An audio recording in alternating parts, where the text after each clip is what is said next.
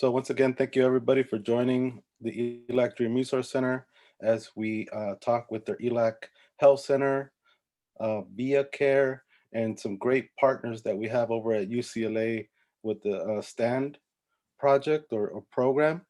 And they're going to share some wonderful information from the ELAC Health Center. We have Cecilia Cruz, the amazing coordinator there that holds it down. We have Vanessa Vanegas from ViaCare, who's actually an alumni from ELAC, and we're so blessed to have her now working in this capacity.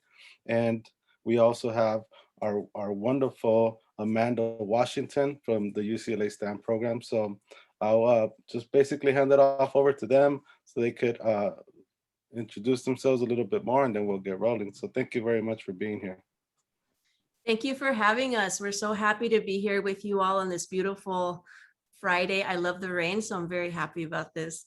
So we are here today to provide you with a lot of information about health and mental health support services that can specifically benefit our undocumented students. So I'm going to be speaking first, and I will present generally on the Student Health Center, different services and activities. Then we'll have Amanda from UCLA present on the STAND program, and we'll wrap it up giving most of the time to Vanessa from ViaCare, who will focus on many exciting things.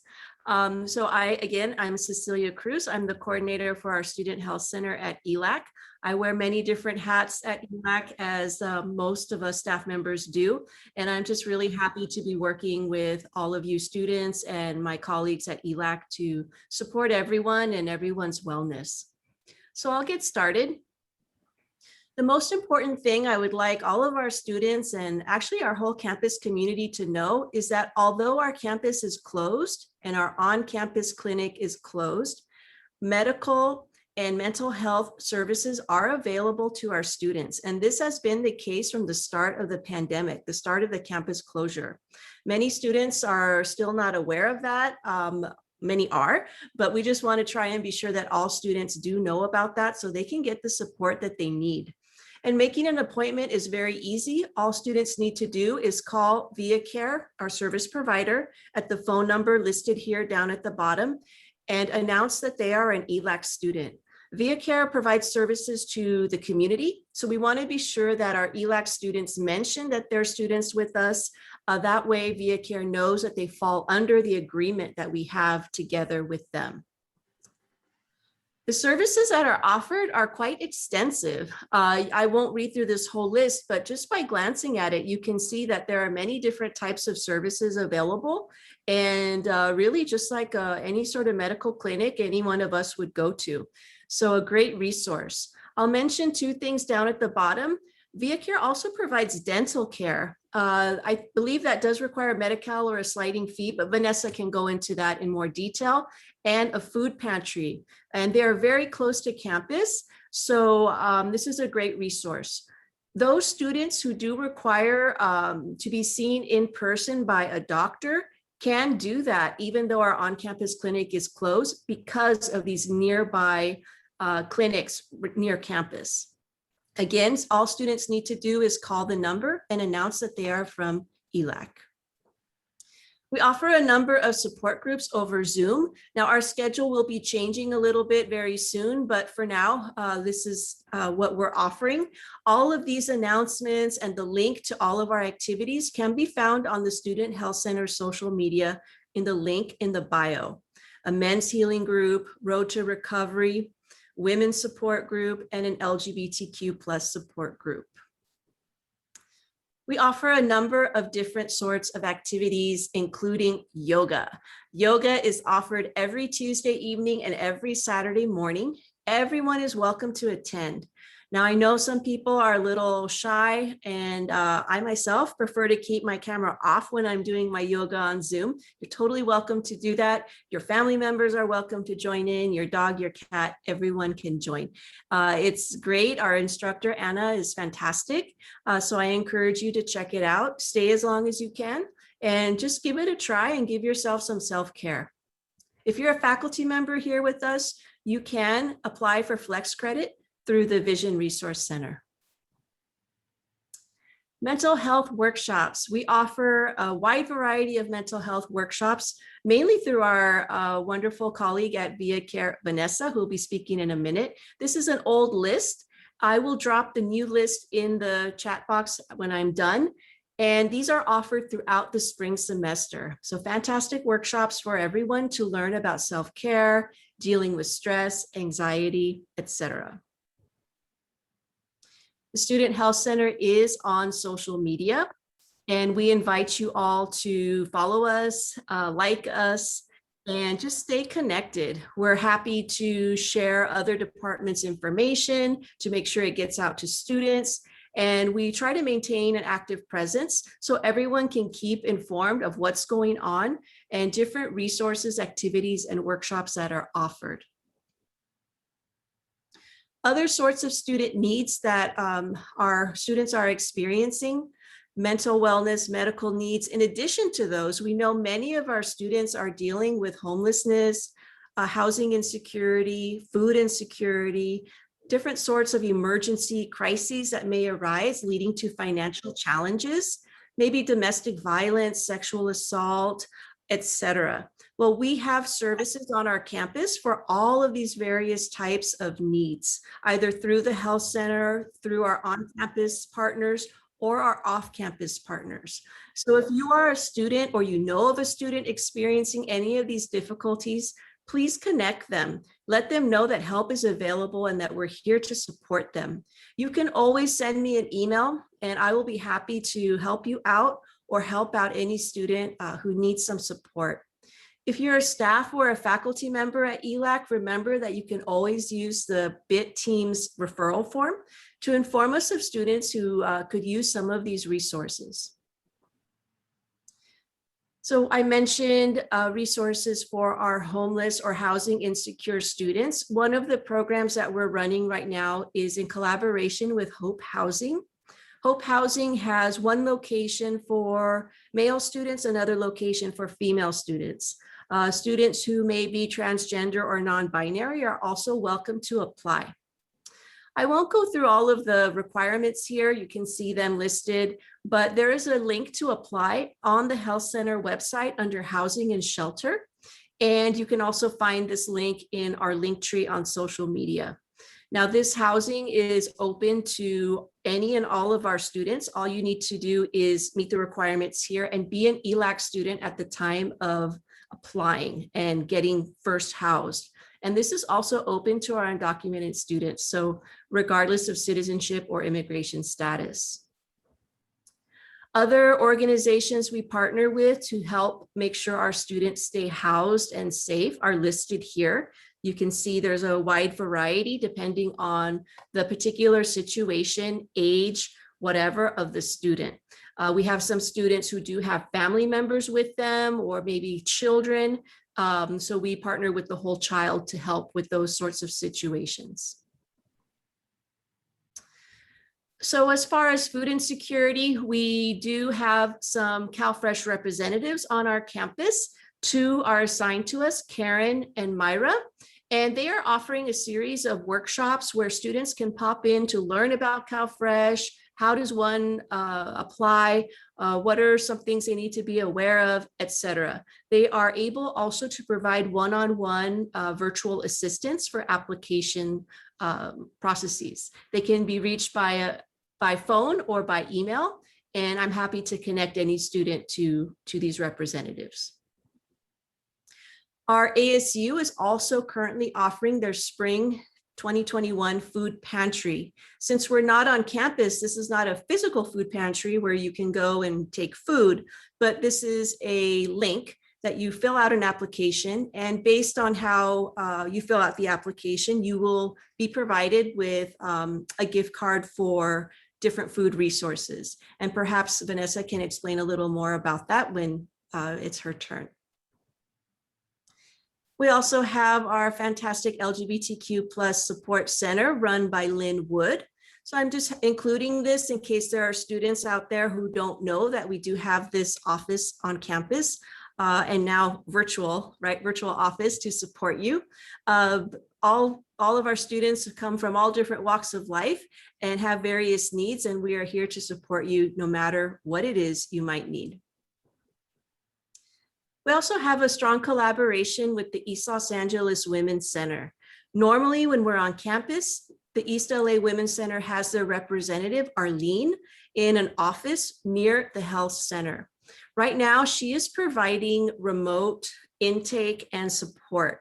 This organization has been in our community for over 40 years and provides free services to survivors of domestic violence, sexual assault, sexual harassment, human trafficking. Fantastic organization, like I said, these services are free and open to people of any and all genders, despite the name. And they can also provide services to community members, family members. You do not have to be an ELAC student. And finally, as a transition over to Amanda, we do have an exciting new program starting soon this spring called STAND. And I will let Amanda explain what STAND stands for. But STAND will work in collaboration with all of the resources I just mentioned, with ViaCare, with the on-campus health center, with the different community organizations I mentioned, to provide additional mental health support for all of our students. And with that, I will wrap up my part of the presentation and pass it over to Amanda. Thank you. Thank you, Cecilia. I'm not sure if I have screen sharing on. I should have mentioned that. I have a short PowerPoint to show.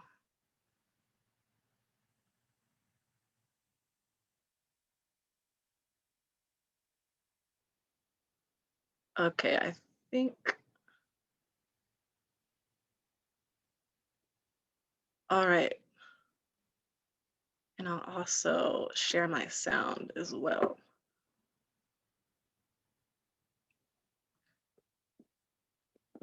Okay, yes, thank you so much, Cecilia, and thank you all for inviting me here. I'm so excited to share with you an exciting opportunity coming to ELAC this spring. STAN. So before I get started, I'll quickly introduce myself. My name is Amanda Washington, and I'm a program representative for the STAN program at UCLA. And so before I get started, I do want to mention that STAN at ELAC is a partnership between the Student Health Center, of course, UCLA, and also the LA County Department of Mental Health. Sound good, so let's get started. So I kind of wanted to start with a bit of background on the origins of the STAN program. So it kind of all started in 2015. So 2015, UCLA launched a pretty ambitious initiative to do three things: to understand, to prevent, and treat what they identified to be one of the greatest health problems of our time, depression. So essentially, a bunch of individuals from different backgrounds and departments got together, and they decided that the best way to go about doing this was through a joint effort called the Depression Grand Challenge, as you see on the screen. So Depression Grand Challenge, also known as the DGC. And so the DGC's goals are extremely specific. They want to essentially cut the global burden of depression in half by the year 2050.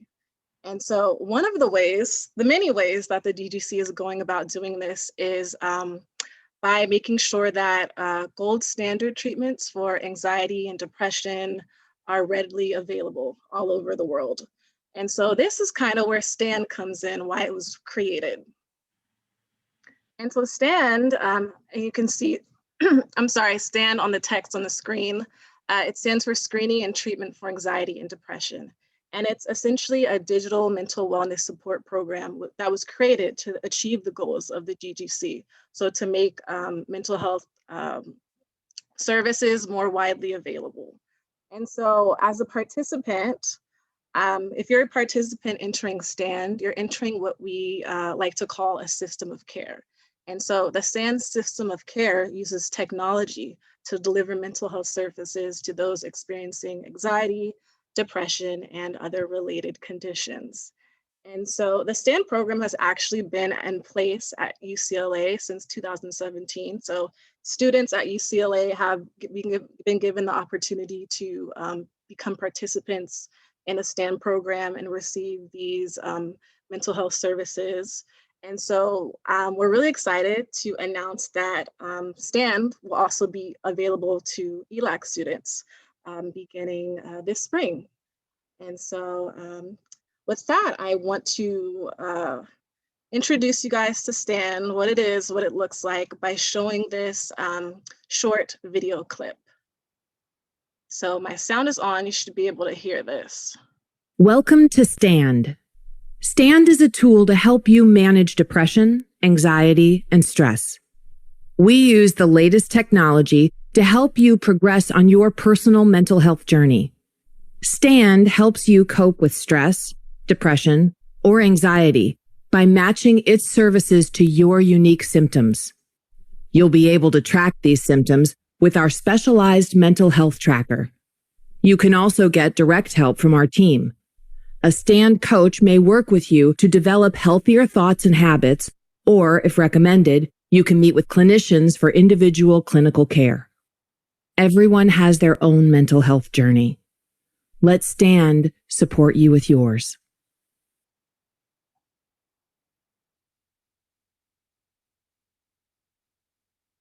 Welcome. Okay, so I think that video is a great introduction to the STAND program and what exactly it looks like. There are a few main points mentioned in the clip that I did want to really focus in on.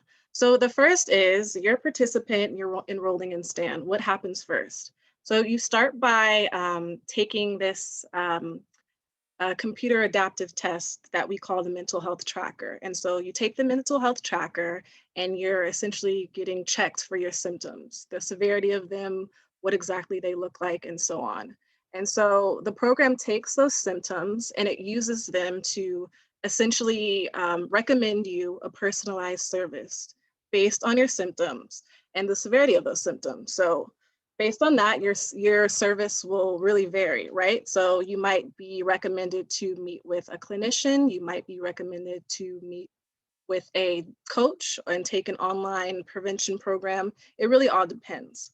But I think probably what's the most interesting thing to me about this program is that while you're doing all of this, the program itself is actually tracking and monitoring your symptoms over time. So this is not only so you can know how you're doing, right? But also so that the program itself can recommend adjustments to your service as needed. And so I think that's really what makes the STAND program so special, is that it really adapts to the participant and their needs, right? And so now I'm going to go over what services will potentially be recommended to you based on your mental health tracker, which symptoms you show. And so there are really three options. So the first is what we call our wellness service. And so if you are referred to the wellness service, you'll essentially be taking this really great self-guided online prevention program that you kind of do on your own. It's really individual, and it really just teaches you evidence-based strategies for, dealing with anxiety, depression, and other related conditions. So for people who show probably more moderate symptoms, you'll be referred to our digital therapy with a coach service. And so this is really unique. So not only are you taking an online therapy program, much like the wellness service, but you're also being given the opportunity to meet with a coach. So you'll have a weekly one-on-one meetings with a coach. And so students actually are coaches in this program. I think that's really one of the highlights of the digital therapy with a coach service. So you're getting the opportunity to talk to a student, someone like you, someone who knows what you're going through, right? And so they kind of just help coach, guide you through what you're learning on the online therapy program. And so the third option is for people with more severe symptoms, of course. And so if you show more severe symptoms based on your mental health tracker, you'll be referred to our clinical care service. And so with this, you'll be given the option to participate in telehealth with a clinician at Harbor UCLA Medical Center in Torrance. And so just like all of these options, they're all done remotely. They're done via technology. So you're not driving to meet with a clinician or anything like that. You're doing it from either your smartphone or laptop. And so, yes, all these services are available and they are extremely high quality. And so I think that's a very important thing to mention about this program. We're trying to make these services accessible. So it's all done via telehealth. And so I do want to mention that if you are interested in, or if you know any students that you feel like would be a great fit for this program, there are a few basic, I guess, eligibility requirements they have to meet. And so the first, of course, is you must be a student enrolled at ELAC. You must also be over the age of 18. So we're inviting students 18 years or older. You must also be uninsured or on Medi-Cal. And of course, this is a digital health program, so you must have some access to either a smartphone or a computer. And then lastly, you must be in agreement with STAND terms of service. Yes. And so as Cecilia mentioned, STAND is really just joining the other campus resources that already exist at ELAC. And so we will be working closely with the Student Health Center to direct students to any campus or community resources that they might need while participating in this program. And so before I go, I did want to show a short video clip from some students actually at UCLA who have participated in the STAND program. And so let me play this.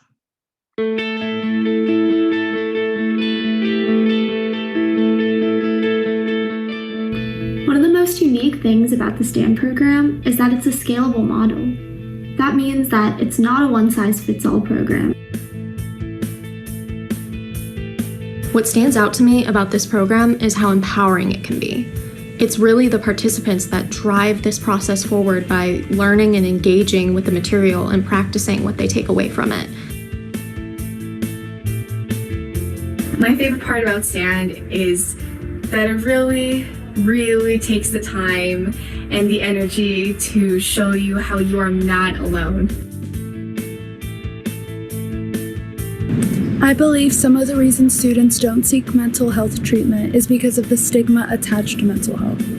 I understand. I grew up in a family where anxiety and depression just didn't exist. But after dealing with it for a long time, I finally saw treatment and it was the best thing I could have done. Okay, and I'll stop it right there. And so if this sounds like something you're interested in, or if you know a student you think might be a great fit for the STAND program, I really encourage you to sign up at our ELAC at STAND interest form. You can see the link below on the screen. If it's not already posted in the chat box, I'll also do that as well. But just sign up at the interest form, and you will be updated with any necessary updates when STAND does eventually launch, which will be very soon. And yeah, so also enter the chance to win a gift card. So please sign up, or send the link to someone you think might be interested as well. I think if you find this program interesting, this is a great place to start. So by signing up at the form. And so that's all I have for you guys today. I definitely want to open it up to any questions, comments, even feedback or concerns, anything. I'm really excited and happy to answer any questions. So I don't have a question, but I would like, if I could be, if possible, get that first PowerPoint, that first video that you did, where you showed where they kind of like really briefly talks about what STAND is. Is it possible to get that so that I could have that in my classes, so I could show that to students? Yes, I'm also open to doing, I've been going to different classrooms before a lecture starts and actually showing this presentation. So if that seems like something you'd be interested in, I'd love to stop by and let your students know about STAND. Okay, I will send you my email. Oh, great, we can coordinate that, great. Any other questions or comments? Amanda, you might want to put your email in the chat. May I Okay, ask a question, Cecilia or Miss Amanda? yes, go ahead. Yes. Ask question. Is there any conversation happening with STAND or in the health center around um, particular and an emphasis on how we're going to assist students as we come back to campus? We were on a COVID-19 recovery webinar this morning at our college. And so one of the things that we've been dialoguing about is how then do we transition people back emotionally, psychologically, spiritually, back into the spaces that they're yearning for, but we've been out of the space for about a year. Just wondering if there's going to be any type of engagement, Mrs. Celia, in the health center or around with STAND. Yeah, I was Thank in you. that conversation this morning as well, and I do think we need to pay attention to that. So thank you for emphasizing that important aspect of our, return to campus and all the changes we've been going through. So I'll be sure that I connect with Vanessa and the behavioral health team over at ViaCare to be sure that we're addressing that as we move forward. Just to transition and answer a little bit of that, I've actually already started some of my research and curriculum on some of the psychoeducation that we plan to offer. So that's already in the works. I know there's a lot more to do, but we're working on it for sure. Thank you for that. So I think that's a good segue on our presentation with ViaCare and wellness. I do have my colleague here, Marta Mejia, so I would like for her to introduce herself first, and then I'll introduce myself after. Perfect. Thank you, Vanessa. Hi, everybody. My name is Marta Mejia. I'm one of the behavioral health clinicians here at ELAC. We are working not remotely. We're at the ELAC Health Center, and we're at different also clinics here in the community. I became interested in this program because I was a former undocumented student when I was in college and high school. I also attended some classes at ELAC, so ELAC is very dear to my heart. And I am happy to work with any student and any teacher that's interested in behavioral health. Thank you, Martha. And yes, we are closely working together to support ELAC community from a different perspective, right? I know that there is a hand up. Is there a question? Or what has it been answered yet? We could definitely answer questions at the end of the presentation since we are being recorded at the moment. So in the meantime, let me go ahead and introduce myself. My name is Vanessa Venegas. I am a behavioral health clinician as well, like Martha just mentioned. I am specifically the ELAC liaison, so my role is to support and promote wellness on campus, directly working with Cecilia on on many projects, and as well as supporting the STEM program. So thank you for my colleagues for a very in-depth presentation today. So briefly, we want to talk about some of our team. I want to make sure that we are all familiar faces to the community. We do have 2 licensed social workers. That will be Elizabeth and Marisela, and then Marta, who just shared her information here, and then our colleague Liliana as well. So we are a part of a team that fully supports ELAC students' mental health status. We do therapy, but that's not the only thing we do. The student health fee does support additional services for students. So I'll talk briefly about those. And again, everything is done through a telemedicine model. We do it in 2 different ways. The first one is through telephonic encounters, right? So some of our sessions may be over the phone. If some of the students do feel comfortable or their patients do feel comfortable, then we guide them into downloading the Hilo app. The Hilo app is actually able to be downloaded through our viacarela.org website, or one of the clinicians or providers is able to guide the patient on how to obtain this resource. The student health fee also covers STI testing, lab services, vaccines, and contraceptive supplies. And like Cecilia mentioned, we do have a very active social media, sharing all types of information. So I would definitely encourage you all to follow that ELAC Student Health Center Instagram. So we, in addition to the ELAC services, we do have enrollment services offered to the community, not only to students. So the students and their family are able to benefit from My Health LA, which is an additional medical care kind of like insurance at no cost for low-income residents of LA County. So we have a team specifically helping students and their families, or in general the community, to enroll into these resources. The eligibility again is low income. There's specific standards, and we could go on detail on that at a different time. But in general, you just have to be living in LA County. So most of our community does qualify as long as there is no other formal health insurance present. So if you're not sure if you or your parents may qualify, just reach out and we're able to assist you with this process. We also have a physical food pantry every second Monday of the month. The next one is, these ones are the previous dates, so we'll make sure to update the flyer. But yes, every second Monday, and it is gonna be in the 507 clinic on Atlantic. It's right in front of the Catholic Church there. So it is drive-through basis, and it is open to the entire community. If you have a special situation, reach out to Cecilia or myself, and we're able to coordinate ViaCare to drop off the food items at your home.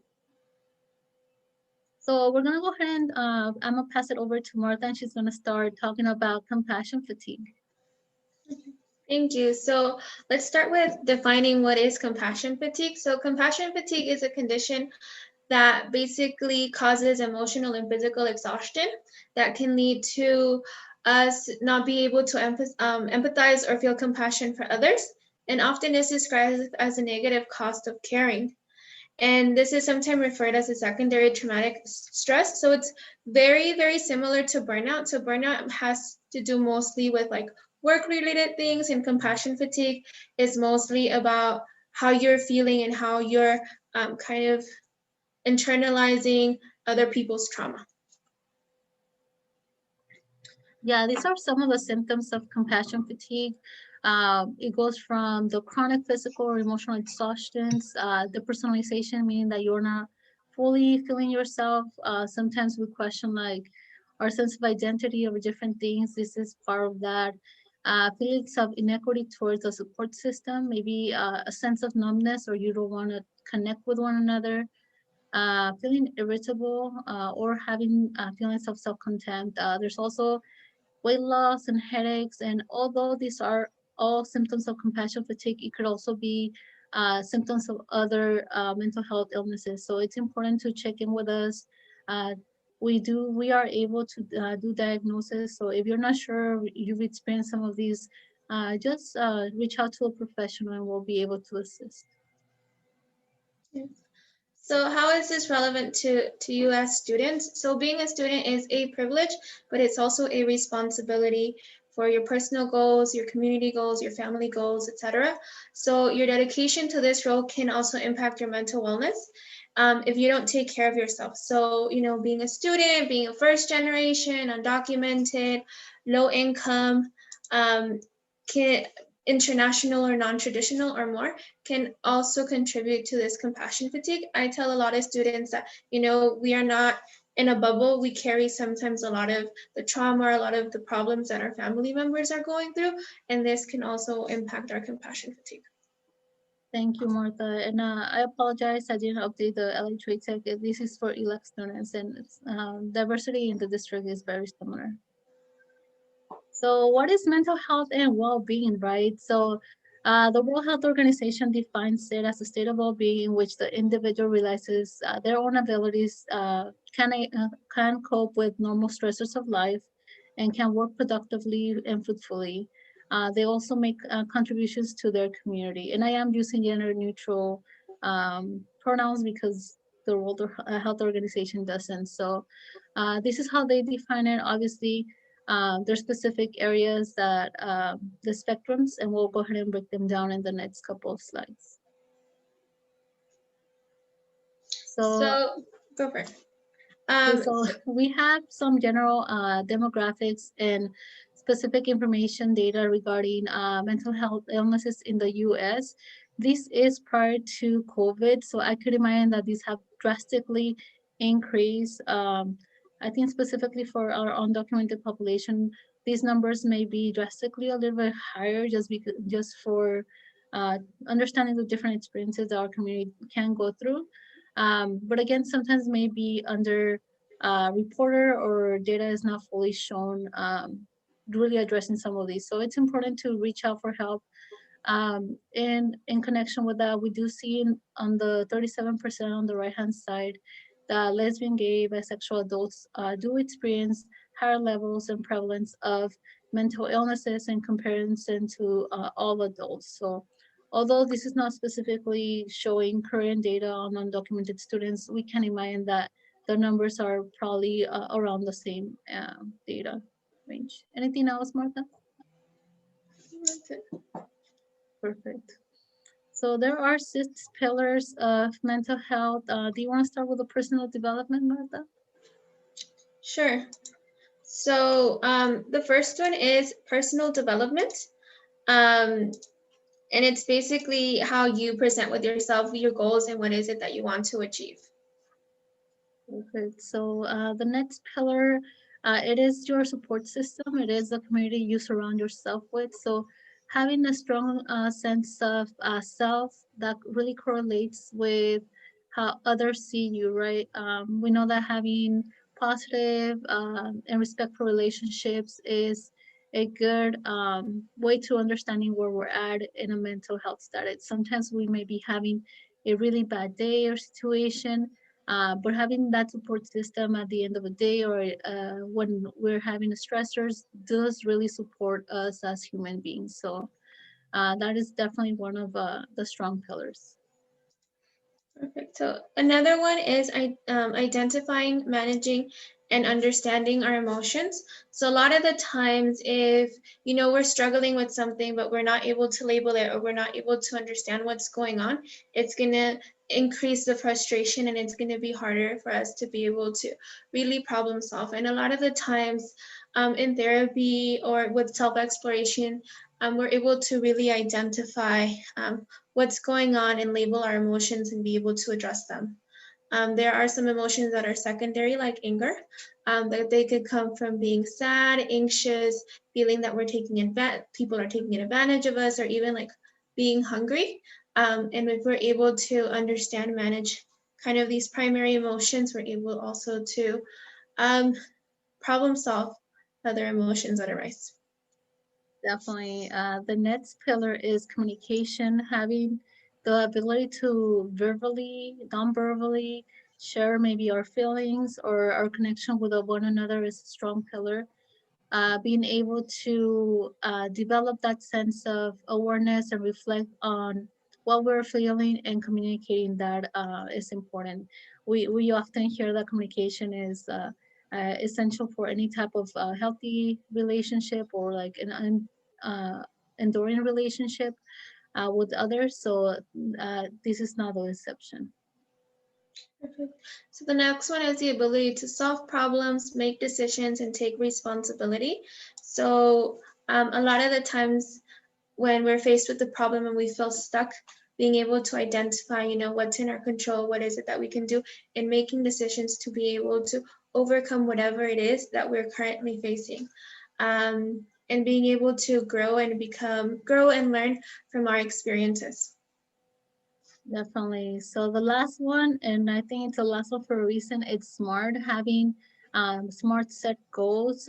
SMART goals are specific, measurable, attainable, relevant, and time-based, which means having those set goals in matters where you're able to really accomplish things that you want. So for ELAC students, I know that oftentimes there's barriers in understanding certain subjects, but having those short-term goals, right? Like those SMART goals will really allow you, right? So studying, creating tasks that will allow you to retain some of the material better, and really mastering some of those. So yeah, this is the last pillar of what mental health looks like.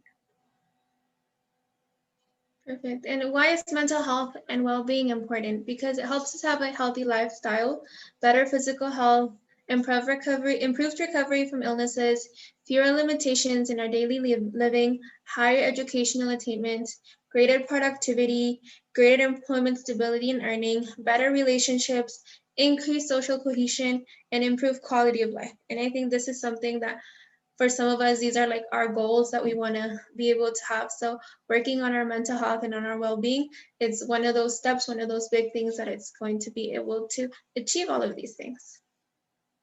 Definitely, thank you for that. So we talk about self-care. Here we define self-care as the concept in which you take time away, intentional time away from your everyday tasks in order to refresh, rejuvenate, or reduce the stress. So there are a couple of benefits to that, including better management of stress, increased resilience, and reduced symptoms of mental health problems.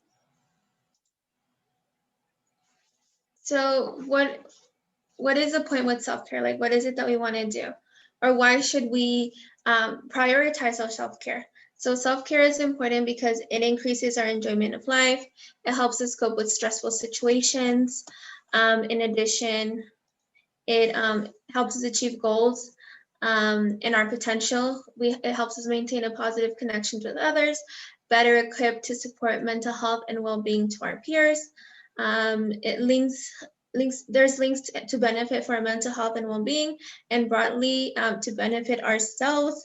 And I'm unable to read the last line. And the families and those families and community members we care for. So definitely, I think as ELAC students, reflecting on my experience here, we always talk about community and community and giving back to community whenever possible.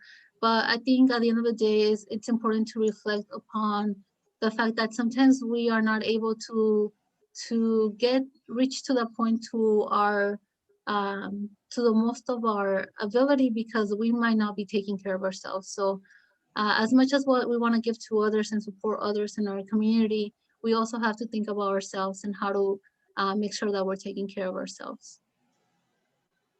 So these are some of the self-care things that we're able to do. So we could focus on physical interactions with nature. We're able to implement some type of workout routines. Cecilia mentioned yoga. We're able to do some of that. Again, these are free resources. Walking or being body able or doing something outside of our everyday kind of like limitations or boundaries is important. Having a connection with nature, right? The other one is working or studying on something that you're really interested in, or making, for example, if you have an assignment for an English class where it's a little bit more open, doing it on something you really enjoy doing versus seeing it as an additional task. When it comes to work, trying to take on tasks that you personally enjoy and connecting with others throughout this process. I know it's very difficult due to our physical limitations, but we're still able to connect with one another, even if it's outside of that specific time frame for a class for study hours. Spiritually, not to say religion, but spiritually connecting with others based on philosophies or different philosophies, while you are respectful, obviously, and making sure that you maybe learn from other beliefs and other philosophies is also important because it gives us a sense of like questioning, but at the same time, a sense of stability. And then obviously relationships are important. Having that strong support system, that strong sense of community is very, very essential to have a sense of identity and self-care put into action. And I think I could remind you all might agree with me, but I think the hardest one and most important one is asking for help. Asking for help is not easy. As we heard from Amanda earlier, mental health may be very stigmatized. So asking for help is part of self-care. It is part of taking care of not only your bare necessities, but also letting yourself know as a reflection that you are in need of additional professional support. So it is part of self-care. Perfect. So we could also do self-care by avoiding Zoom fatigue. And I know A lot of you guys as students are constantly in Zoom meetings this entire year. I think it's been 1 year since we've all been at home working or studying remotely. So, you know, things that you can do, it's plan for success, and self-care is the way to go. So, you know, be very intentional about your location and the purpose that you're being there, create boundaries, establish sections where it's like you're not taking any classes, that you're blocking yourself so you're not overwhelmed. Also designate a Zoom free day, especially, you know, if you have the weekends or a specific day during the week that you don't have to log into a Zoom meeting. Make sure that, you know, you're not constantly in the computer. Zoom meetings, for them to be helpful and effective and for us not to feel overwhelmed by them, they should always have agendas and objectives, exactly, you know, what to expect. Begin with check-ins, wellness activities, and strategize meetings with goals to reduce the time. So having a purpose. Why am I doing this? Why am I here? What is the purpose of this meeting? To see, you know, if it's worth attending it or not. If it's classes and they're important, obviously, you know, going to your classes. Hide your self view when possible. Sometimes not having the camera on could be helpful. Also for our self-care, for, you know, we want to make sure that, you know, if we're nervous, avoid multitasking. So making sure that you're attentive. And, you know, if we have a very structured meeting or class, this is going to be helpful that if we're not multitasking. Again, schedule screen-free time. So not only when it has to do with Zoom, but like with other things. For example, you could try meditation, yoga, or other wellness activities. Take breaks, have some background music. I do tell students, you know, every like 20 minutes, look away for 10 seconds, take a deep breath and come back. That helps your eyes a little bit. Stretch when available, and check in with one another or check in with your professors and letting them know that, you know, maybe you're fatigued and that you don't have to put your camera on that day. Thank you, Martha. And I know you have to leave. Martha does have a very busy schedule today, so I'll finish the presentation today. And Martha, you're excused. But thank you so much for joining today and co-presenting with me. Thank you, and feel free to reach out. We are here available. We're taking patients. Usually it doesn't take more than a week for you guys to be scheduled with any of us. So if you know anybody, please feel free, and I'll let Vanessa finish. Thank you. So yes, like Martha said, it is very important for us to check in with one another because sometimes we do not know what other people are going through physically. We may seem very normal or that everything's going okay, but it is very hard. We are experiencing very unprecedented times, but it doesn't mean that we cannot take care of one another. So there are a couple other self-care activities that we like highlighting here at ViaCare in the Student Health Center. I think the easiest one and my favorite one is being grateful, doing gratitude activities, right? So you can do it in different ways. I like personally writing notes. I think like the actual physical activity of writing something makes me feel like I'm doing something, but at the same time, I'm very intentional about it. So you could do some of that maybe just by saying thank you, and having this type of self-care activity gives you very many benefits. So we do have greater happiness and well-being, lower blood pressure, all the way to reduce stress. And I mean, you could read the rest. So there are a lot of benefits simply by being grateful and showing gratitude towards your community, towards your pets, towards nature. Simply just waking up and feeling like, hey, we are alive and we've been very resilient and surviving through so much. So that does say a lot about our strengths. So being grateful and having gratitude is important, and it's an easy way to implement self-care. The other one is mindfulness. I do have a whole presentation on these, so definitely encourage you all to attend. This is mindfulness is a self-care activity in which we pretty much reconnect our body to our brain. Sometimes we are going on our lives, doing so many different tasks and not necessarily connecting what we are thinking to what we're actually doing. So This process I love doing with an actual orange, a physical orange, and then I usually try to disconnect from everything that's going on and just focus on this one thing. So I tend to peel the orange, see the porousness, see any moist that comes from the orange, eat it, see the texture, really understand the flavors and how my body's digesting that orange. And I know I could go in very detail into that because I do put a lot of time into this activity. Usually disconnecting and focusing on this one activity allows me to walk away from any stressors that's happening during that time, during that week, or before an exam. So if you could do it with any other items that you may have before an exam, before a presentation, or anything you're nervous about, it would definitely help out. Or sometimes just because you want to disconnect and do something else. So there are different ways of doing mindfulness. But in essence, these are some of the benefits, which include reducing stress, boosting the immune system, and then generally improving the changes, some of the changes in the brain, in the gray, specifically increasing the gray area matter and density in areas associated with learning, memory, emotional regulation, intelligence, self-awareness, compassion, and empathy. So I know there's many challenges. I think as first generation college students or undocumented students, there's this mindset that, or this sense of, I could do it all, I'll be okay. My parents, my family members, my community has done so much. So I'm able to go and surpass many of these things. And we don't go back and reflect on what's really happening, right? Or how are we able to connect back into being ourselves and walking away from everything that's going on, right? So we do have different challenges. The first others mindset, which we focus on other people and we do a sense of comparison at times.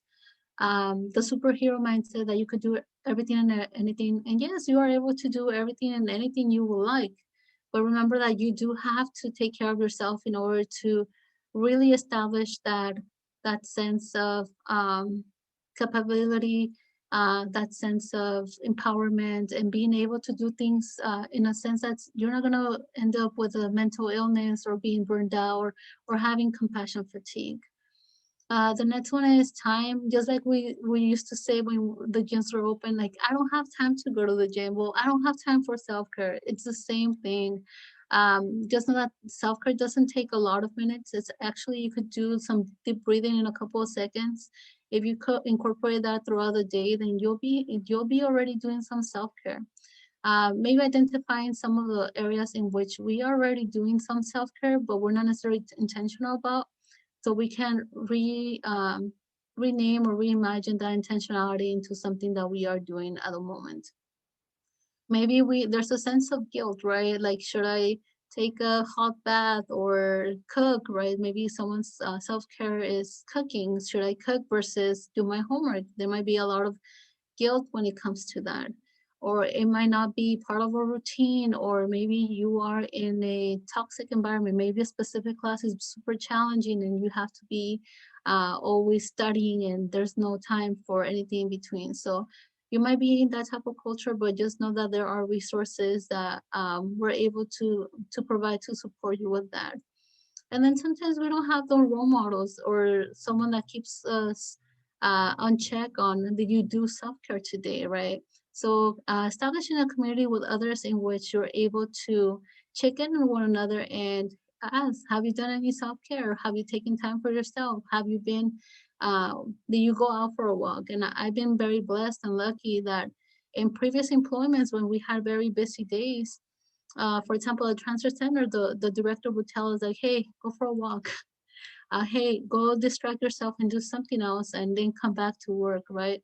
So that they're able to promote some of that self-care. So for you all instructors trying to check in on one another, implementing different things within your classroom and your spaces to promote some of these will be ideal. So just remember, you can't pour from an empty cup, although we wish to, right? Like sometimes we want to give more than what we have. It's not necessarily realistic to do that without hurting something, right? Like you can be directly causing harm to your body, to your mental status, maybe not being able to sleep, maybe waking up in the middle of the night several times, whatever it may be. Remember that your body in some way, physically or mentally, will let you know when you're needing it. But don't let it get to that point. You are able to obtain some of the services now.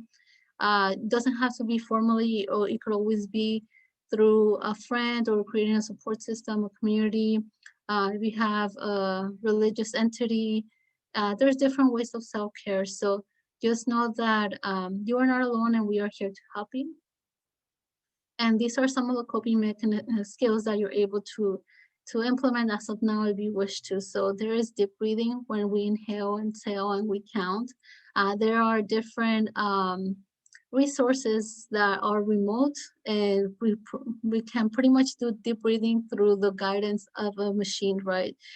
There's a lot of tools. I know Cecilia is very active on adding all of these different resources on the ELAC Student Health Center website. So instructors, if you need to guide some of the students, you could go ahead and share that a specific space. But yeah, it's very, it could be very short or very long, prolonged, depending on your need. The next one is progressive muscle relaxation. This is a process in which the individual needs to close their eyes and focus. And I know sometimes the space, having a private space is a privilege for many of us. But trying to really allocate a space for yourself in which you're able to close your eyes and really focus on your body, what you're feeling, and reflecting all these muscles throughout your body. So I usually start from my feet, my toes, and then mentally scan my body all the way to my head. This allows me to really understand what my body is telling me, what I'm needing, and what I need to do in order to maybe assist my body in recovering and anything like that. So there's different resources that help you through this process that are already at access to you. And then again, as clinicians, we're able to assist you with that process. The other one is called challenging irrational thoughts. I think this one specifically, what I would like define as the imposter syndrome. Sometimes questioning ourselves and our ability to do things, right? Challenging those irrational thoughts may not be easy, but it is a process that allows us to understand that we are very able and capable of doing things that even though we are doing for the first time, it might take a couple of tries, but we'll get there, right? So this process is questioning with a what, when, how, and really thinking beyond what the essential concern may be. For example, I am not going to pass that math exam, and the math exam is in 2 weeks, right? But you have the time to prepare and all these things, and you've been studying, and you've been doing really well. But at the same time, that imposter syndrome and the questioning comes into play. Then you tell yourself, and you can literally do it like this: self, it's okay, I'll study for that exam and I'll do okay. There's no reason why I should be failing or doing bad, because I have all the tools that it takes to do good in that test.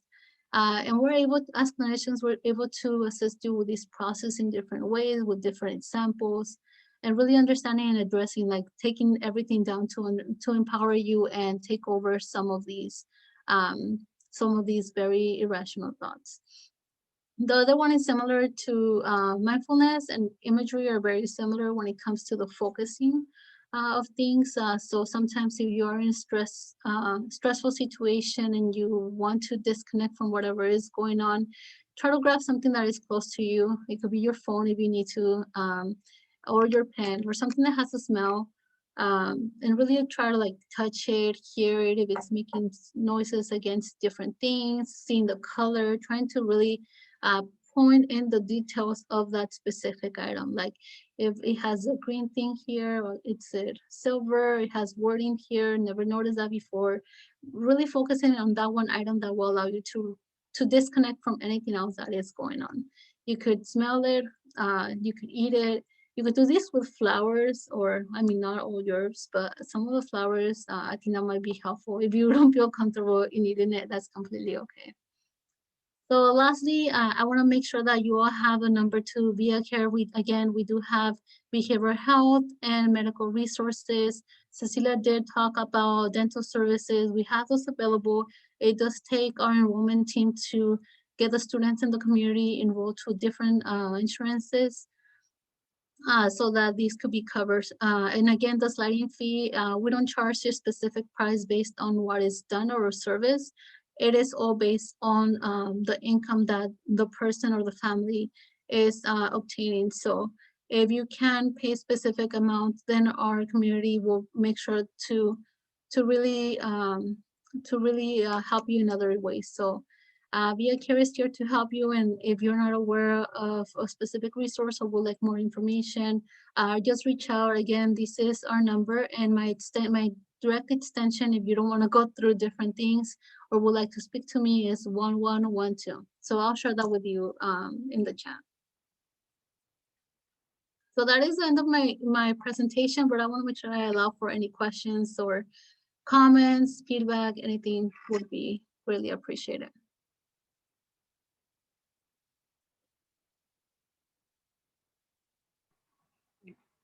One thing I had in mind actually was it was related to the stand thing, right? Because it's only available to students, and the thing that Dr. Ochoa mentioned, actually, I started thinking about it yesterday or the day before. I started thinking about the process of going back to work, and that that magical question that's for sure going to take place, which is, how have you been, right? Or something along those lines, and then how triggering it might be for a lot of people whose lives have completely changed during this year. Yes, no, I agree. I think even for even though I've been coming to the ELAC physical campus and just being here, not seeing students, it takes a toll on anyone that's here and it's able to contrast that different vibe. It's definitely a different energy. So I can imagine coming back to campus with students would also be challenging and very impactful for many of us. I can't imagine what this will look like again with students, but I know that we eventually have to go there. So I've been working on some psychoeducation presentations, so I think it will be a good idea to start promoting with the faculty and staff to have in the classrooms for students, but also to prepare students before they even get to that position where we actually have to physically be here and share those resources. So yeah, thank you for that, Lisandro. You know, I was thinking about that too, because I think it comes down to like when somebody asks like, hey, how are you doing? It's very automatic to say, I'm all right, I'm okay, I'm surviving. But this last year has taught me it's okay to not be okay. And I think when I have those type of conversations with students, like, okay, you're not okay, all right, let's talk about it. I think it opens it up a little more, you know, and then we're able to help them, you know, maybe get them to a service that they need or a resource. But that's the whole thing. It's like, it's okay to not be okay.